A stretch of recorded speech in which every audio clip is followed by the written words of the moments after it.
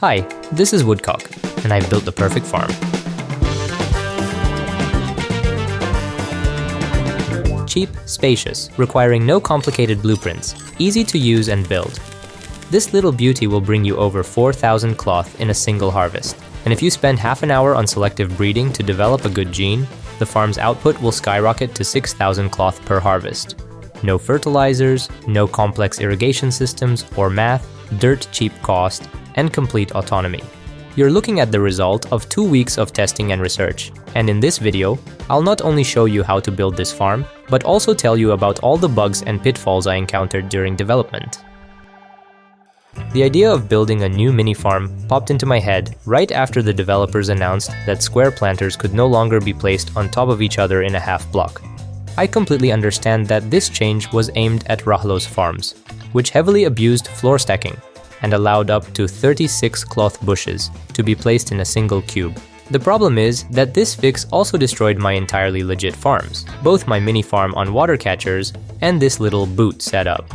Well, if the developers killed my farms with their so-called fix, then I'll kill their fix with my new miracle farm. First, I started gathering information on which farming-related bugs were still in the game, how each of them could either help or hinder me. Of course, the developers didn't bother fixing the floor stack trick that Rahlo used to build his broken farms. This means we can still place shelves flush against each other. It's just that planters can no longer be placed on them. Or rather, they can, but only if they're spaced 2.5 meters apart. The same applies to triple planters, and in general, to every planter in the game. Except for pots.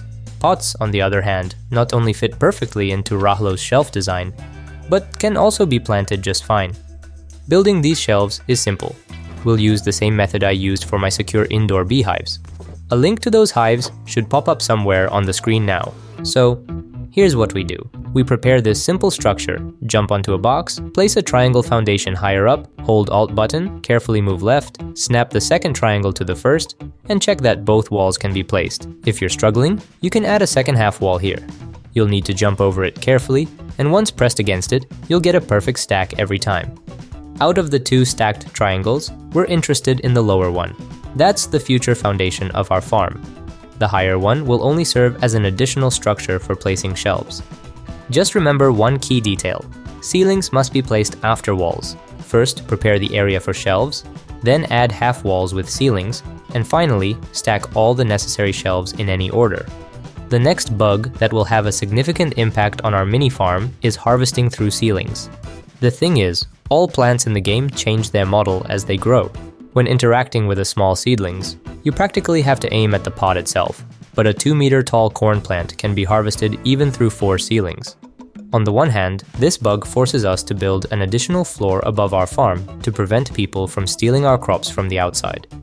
On the other hand, thanks to this bug, we can harvest multiple layers of pots without moving, which is incredibly convenient and saves time. And the third side effect of this bug is that we can't plant a pot if another bush has already sprouted underneath it. So we'll have to plant all our crops at the same time and harvest them all at once. Not that we were planning to interact with the farm any other way. Another bug affects pot irrigation. I initially wanted to cover this in a general farming guide, but decided to cut that boring section from the video.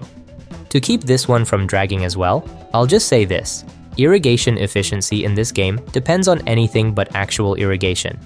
The number of pots, looping timers, water source type, sprinkler connection order, every single factor on this list can completely break irrigation.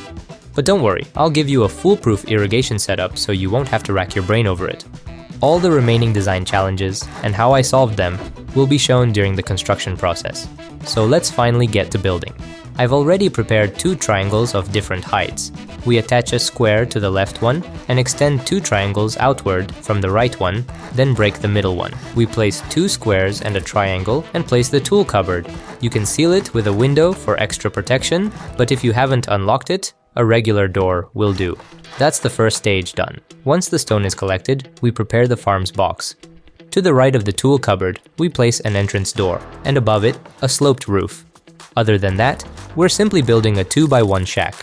If you want, you can add an airlock at the entrance to make door camping harder. And outside, we build a pump house, which will also serve as support for our shelves. Inside, we must place a frame in the middle of the first floor and upgrade it to something stronger than twig. And of course, don't forget to install the pump, which will supply water to the entire farm. A key requirement for my solo farm was that it should run exclusively on a small battery. Previously, I also tried to avoid using a pump and a purifier, since researching them required a Tier 2 workbench. But this time, I suggest simply buying the pump in town. Once the farm box is complete, we can start setting up the interior. First, let's place the shelves. The number of shelves doesn't depend on what we're growing. The first shelf goes on a half wall. The rest follow in sequence until there are 4 in total. I recommend upgrading shelves to wood. It's easier to gather than stone, and wooden shelves are thinner than other materials. Finally, to move between floors, place the ladder as I do. Next, we need to place the pots. But before that, we need to decide where to position our sprinklers. We have only 3 options here. The first option is to place them deep inside the shelf. In this case, they will definitely water all the pots on the shelf perfectly, but we won't be able to connect them in any way. The second option is to place them outside the shelf. This way, connecting them will be easy, but they will interfere with neighboring shelves, reducing efficiency and watering uniformity. And finally, the third option, which I personally find the most convenient, is to place them on the edge of the shelves. This way, we get the best watering, and connecting everything will be easy. The only downside is that we'll have to sacrifice 1 pot per shelf. The topmost sprinkler will be mounted on the ceiling.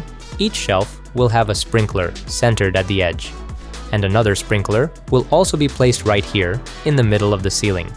Yes, we will also be growing seedlings on the floor. There are 2 options to choose from. Either we fill everything with pots and get 21 extra plants, or we place a square planter box, allowing for selective breeding and convenient cloning. Either way, I would recommend starting with a regular planter until we achieve the perfect gene, and then we can decide what to do next. We connect the sprinklers to the pump from top to bottom, as well as set up the electrical wiring. A solar panel is placed on the roof. 1 will be more than enough. Below, we install a small battery on the cupboard behind the window. The battery powers our ceiling light, and from the light, we power the pump. And finally, everything is ready for placing the pots. Now, we just need to decide how many to place. We have 3 different shelf layouts. We can completely fill with pots all those shelves whose harvest can be collected from above. For corn, that's all 4 shelves. For sunflowers, hemp, and roses, it's the top 3 shelves. For wheat, berries, orchids, and potatoes, it's the top 2 shelves. And pumpkins cannot be planted in pots at all. This means that if we decide, for example, to grow cloth, then we can confidently fill the top 3 shelves completely with pots. That will result in 25 pots on the top shelf and 24 on each of the 2 lower shelves, since the 25th pot spot is taken by the sprinkler. As for the remaining shelves, 1 in our case, we can only fill them up to the middle row. That will give us 14 pots, considering the space taken by the sprinkler. If we place more pots, we won't be able to harvest them. You can reach the 4th row by typing Locatredius 10 in the console, but the 5th row is completely inaccessible for harvesting. I suggest not messing around with these radius settings and just placing 14 pots on these shelves. The bottom layer of pots should ideally be arranged in this way. That will give us 21 pots. Thus, the maximum number of seedlings we can fit into this farm slightly varies depending on what exactly we're growing. For corn, that's 118 pots. For cloth, roses, and sunflowers, it's 108. And for all other plants, it's 98 plants. So, we'll need to spend around 20,000 wood on pots, which is quite a lot. But wood is far from the scarcest resource in the game. Once the pots are placed, we need to wait until they are at least half full. This will take about 60 minutes. During this time, we can settle in a bit and work on selective breeding. To the left of the entrance, we can place the workbench. Later, it will be replaced with an engineering table. Under the engineering workbench, we can put a small box, place another box on the opposite side, and add a couple of large boxes in the remaining spots. Also, don't forget about the sleeping bag. If more storage space is needed, we can install a shelf above, which can perfectly hold another box. As for selective breeding, if you don't know how to refine genes, or are unsure which gene set is optimal and why, I published my complete farming guide a couple of weeks ago. You can check it out by following the link in the pinned comment. If you've been watching this video closely, you might have some questions like these. Why not use triangular shelves instead of square ones? Or why not add more shelves to fit more plants? Why do I abandon the timer system for optimizing watering? Why am I not considering water catchers? Before building the farm I'm showing in this video, I tested hundreds of different farm variations. I tried every possible arrangement, even stuffing working indoor beehives on the first floor. I've set aside the answers to all the above questions, as well as discussions of other farm variations, to avoid making this video unnecessarily long. Okay, our farm is filled with water. It's time to plant our seedlings. How do we do it? There's nothing complicated about it. Pots can be planted from almost any distance. You just need to find the right angle. The bottom shelf is planted from the box. For the rest, you'll need to use the ladder. Climb up until you have a clear view of all 24 pots and simply click on the right spots.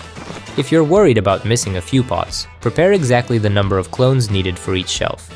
Repeat the process once more and move to the top. And of course, for comparison, here's a timing test of how long it would take to plant the same number of plants in a classic square farm setup. 100 pots equal roughly 11 planters. Okay, planting is done. Now, how do we harvest? That's simple too. Climb to the top, stand on each pot, and press the E key until you've collected everything within reach. If you're growing cloth, you'll only need to collect the bottom row manually. To make things easier, I suggest placing 2 extra pots on the sides. They make harvesting even simpler. And here's the harvest time comparison. This is how much more time we'd spend per planting and harvesting cycle if we chose a mini farm. In return, we get the ability to grow random genetic seedlings painlessly until we find the right clone, use about half as many resources for construction and maintenance, attract far less attention, and still get the exact same harvest. And of course, whenever this tiny farm starts feeling cramped, we can just knock out a side wall and expand. By 100 pots, 1,000 pots, or however much we want. Each such section will bring us around 6,000 cloth every 2 hours. Since my goal was to build the most universal farm possible, the irrigation is sufficient to support plants that consume up to 8 milliliters of water per minute, meaning every plant except orchids.